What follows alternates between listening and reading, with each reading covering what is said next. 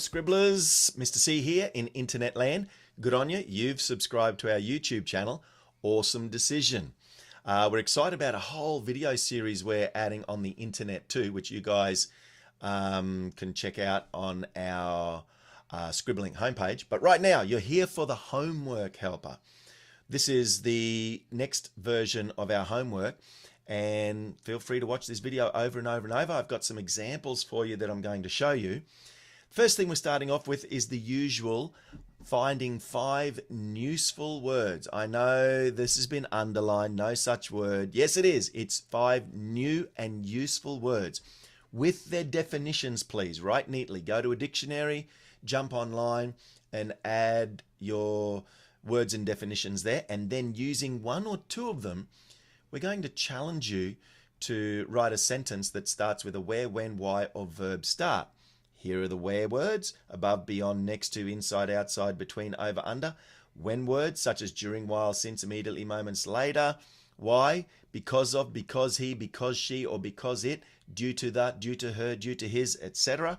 Or a verb start using an ing word: standing, noticing, smiling. So what we want, this sentence that you write must contain 1 or 2 new and useful words and must start with one of these. Okay, your sentence must start with, for example, the word beyond. Moving on, and there'll be points awarded, just like there are points awarded here. So we're rewarding the thinking. Remember, it's the thinking that separates you guys from the rest of the writers in your class. Thinkers make better writers. And it's the thinking we're encouraging you to do throughout our homework, throughout our masterclasses, throughout our video series. Next, the reading challenge. Grab a book, a quality book, and rewrite neatly a paragraph from that author. When you see better, you do better. I've got 2 rules though about these paragraphs. Number 1, try and find a paragraph that has varying sentence starts. Okay, maybe it's got a where start in it. Maybe it has a when start in it, like we saw above. Maybe it has a verb start. And try and avoid all dialogue. Okay, some dialogue is okay, but not too much. And notice there are 7 lines. We want the 7 lines filled. Don't write big either. We know that trick. Oh, if I write big, I don't have to write so much. This is about you seeing quality work, immersing yourself in authors' techniques. We want that for you. This is what Scribblink is all about, turning you from writers here into authors here. Next, the writing challenge is writing your own version of the next paragraph that you just copied out. So you become the author writing the next paragraph. Exciting, right? But we want you to use the Scribblink 5 sentence types. Action, what the character does. Thought, what they're thinking or feeling. Story, filling in extra details for the reader. Atmosphere, what's something going on around the character right now. And description, describe something briefly in the scene. Here's an example. Action. Entering Filch's office, Harry remained careful not to touch anything. That's all the character does in this paragraph. Just enters the office. Don't want to touch anything. Don't want Filch to know that I was here. Next. Description. The faint smell of fried fish lingered in the room, mixed with Filch's woody cologne. See, that's describing the smell in the office. Next is a thought or feeling. Harry wondered why the man needed so many heavy gauge chains dangling on the wall behind the cluttered oak desk. Okay, you can see I've added some adjectives in there, but he's thinking, Harry's wondering something. And then story, adding details like this. The last time Harry heard those chains jangling through the bustling cafeteria, George Weasley was hauled from his dessert by the ear. Okay, so that's just filling in details. The character's not doing anything in that sentence. They're not thinking anything in that sentence. That we're not describing anything, and it's not atmosphere. It's just giving details. That's what makes writing, reading, a rich experience. That's what authors do. It's those story sentences along with great versions of all those others, but the story sentences filling in the zingy details makes reading awesome. So when you include it in your writing becomes awesome. And finally, atmosphere, what's going on around the character. A lone bug scuttled across the carpet at Harry's feet, unaware of the punishments executed in this musty hovel. that was its home. Okay, so we're going to be awarding you points as well, 10 points in fact. I've got to make sure I add that on the sheet. 2 points for each one, getting the technique right and making it zingy. Moving on. The Scribble Technique Challenge. You can see a table of 10 weeks. Week 1, quadruple verb. Week 2, triple descriptor.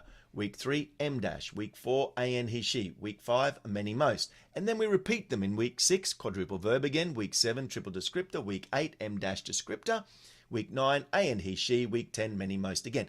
And I've given you the topics for each week. You do 2. So week 1, 2 quadruple verbs. One up here, one up here. The first 2 quadruple verbs about a pilot flying over a mountain. Now you have to change it up. What does the pilot do the first time? What does the pilot do the second time? We could write 100 sentences about a pilot flying over the mountain. The reason why we want you to double up, remember, it's the thinking. So you will think of 4 things the pilot does, right, in your first quadruple verb, and then I want you to rethink it. Come up with something else. What else does the pilot do? What else could the pilot do? It's the thinking that we're on about here at Scribble Inc. Week 2, you'll do the triple descriptor about a funny clown performing. You'll do it the first time, and then you'll change it up about the funny clown the second time. Okay? So again, points will be awarded. Think, think, think. Now this little thing you're aware of already, but notice we have new author starts. So we just want you to come up with a paragraph of your own choosing, right? A paragraph with 3 sentences using 3 of the author starts you see up there. Okay, so you could start the first one. He always knew da da da da da. It wouldn't be long until da da da da da da. At the time da da da da da da da. You're going to be using these ones all term because we want these starts to stick in your brain. You want to become an A+ writer, start memorizing these techniques. But by using them over and over and over for the term, you're going to get better at using them. And again, points will be awarded. And similarly, we're going to, same like last term, we're going to be taking points away if we see lack of thinking. So too many small words. Now, some of these starts have small words. The theory was that. That's okay. One is okay. If the start has a small word, that's fine. But we don't want to fill our sentences with lots of other small words. Misspelling words, handwriting's got to be neat. We want your sentences to make sense, punctuation working well. We want you to use sophisticated vocabulary. We want you to include zingy details. We don't want you to mix the tense, and if we see great effort, you'll get a +1 bonus. So that's an explanation of the homework, guys. Work hard.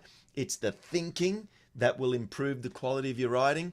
And until we see you either at Saturday's masterclasses or Monday's master, I've got another joke. Why did the chicken cross the road again? To get a second quadruple verb, to go with its second triple descriptor. I know. Wittiness isn't high up on my list of skills. Lucky writing is though. Have a great week. Hope you enjoyed this video. Watch it, watch it, watch it. If you have any questions, just ask us. Stay cool. Happy scribbling.